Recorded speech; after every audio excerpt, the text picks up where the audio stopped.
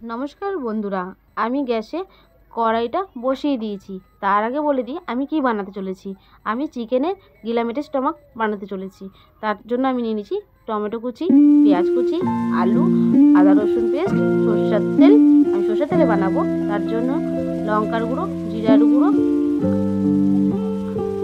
মাংসটা আমি ভালো করে ধুয়ে নিয়েছি। কড়াইটা গরম হয়ে গেলে আমি দিয়ে দেবো তেল। সরষের তেল দিয়ে দিয়েছি, দেখে নিন। আমি মাংসটা নিয়েছিলাম প্রায় 600 গ্রাম মতো। কড়াইয়ে তেল গরম হয়ে যাওয়ার পর আমি দিয়ে দিচ্ছি আলুটা। আলুটা আমি প্রথমে ভেজে নেব লাল লাল করে। লাল লাল করে ভেজে নেওয়ার জন্য একটু নুন দিয়ে দেবো। নুনটা দিলে কি হয়, নুনটা দিলে আলুর ভিতরে নুনটাও ঢুকে যায়।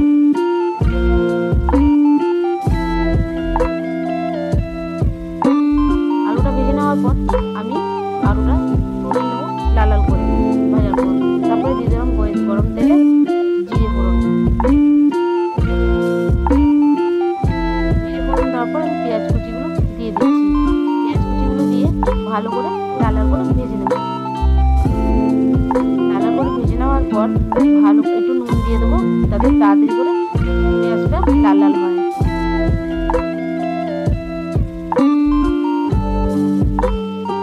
পেঁয়াজটা লাল লাল করে ভাজার পর তারপর দিয়ে দেবো আদা রসুন পেস্ট।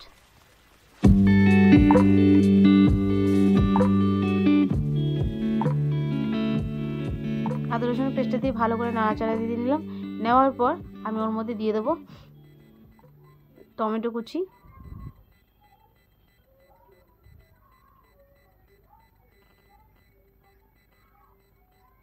দিয়ে দেবো টমেটো কুচি।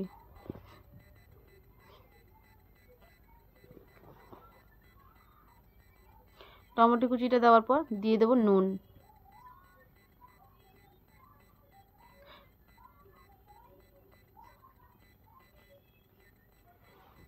নুনটা দিলে পরে কি তাড়াতাড়ি টমেটোটা গলে যায় এবং ভালো হয়। তারপর দিয়ে দিলাম হলুদ,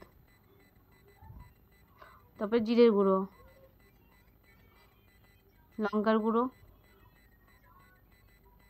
দিয়ে ভালো করে নাড়াচাড়া করে নিলাম। নাড়াচাড়া করার পর এখানে দিয়ে দিলাম আমি গোলমরিচের গুঁড়ো। খুব সুন্দর হয়েছিল বন্ধুরা, অসাধারণ খেতে হবে জিনিসটা। গোলমরিচের গুঁড়ো দেওয়া হয়েছে, ঝালটা একদম বরাবর একদম ঠিক হবে। তো আপনারা আপনাদের মতন করবেন। আমি যেটা করেছি সেটা শেয়ার করেছি আপনাদের সঙ্গে। জাস্ট একটু জল দিয়ে দিয়েছিলাম, কেননা কড়াইতে যদি লেগে যায় ভালো লাগবে না খেতে। তাই জন্য একটু জল দিয়ে মশলাটা কষিয়ে নিলাম, কেননা নাহলে পুড়ে যেতে পারে। এটা ভালো করে দেখুন কষে গেছে আর তেল বেরিয়ে আসছে। তারপরে আমি মাংসটা দিয়ে দিলাম। দেওয়ার পর আমি ওটাকে ভালো করে নাড়িয়ে চাড়িয়ে মাখিয়ে নেব। ভালো করে মশলাটা ভালো করে লাগিয়ে নিয়ে দিয়ে দেবো ওর মধ্যে। তারপরে আলুটা, গ্যাসটা বাড়িয়ে দিলাম। এর মধ্যে দিয়ে দেবো আলুটা। আলুটা দেওয়ার পর একটু ভালো করে নাড়াচাড়া দিয়ে মিশিয়ে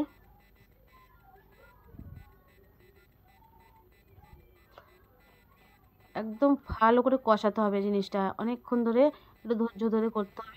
ধৈর্য ধরে জিনিস করলে খুবই ভালো হয়। এটা একদম ভালো করে কষানোর পর আমি দিয়ে দেবো তারপরে জল, পরিমাণ মতন জল দিয়ে দেবেন। জল দেওয়ার পর জিনিসটা ঢেকে রেখে দেবেন। দেওয়ার পর আলু সিদ্ধ হয়ে যাবে। নতুন আলু এখন সিদ্ধ হতে টাইম লাগে, তার জন্য আমি আলুটা সিদ্ধ হয়ে গেছে কিনা দেখার জন্য আসলাম। দেখলাম হ্যাঁ আলু সিদ্ধ হয়ে গেছে, খুব সুন্দর হয়েছে। আমি এবার গরম মশলা দেবো, শাহি গরম মশলা দিয়ে নামিয়ে ফেলবো।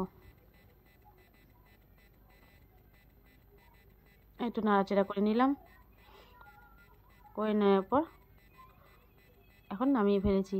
দেখুন কি সুন্দর কালার হয়েছে।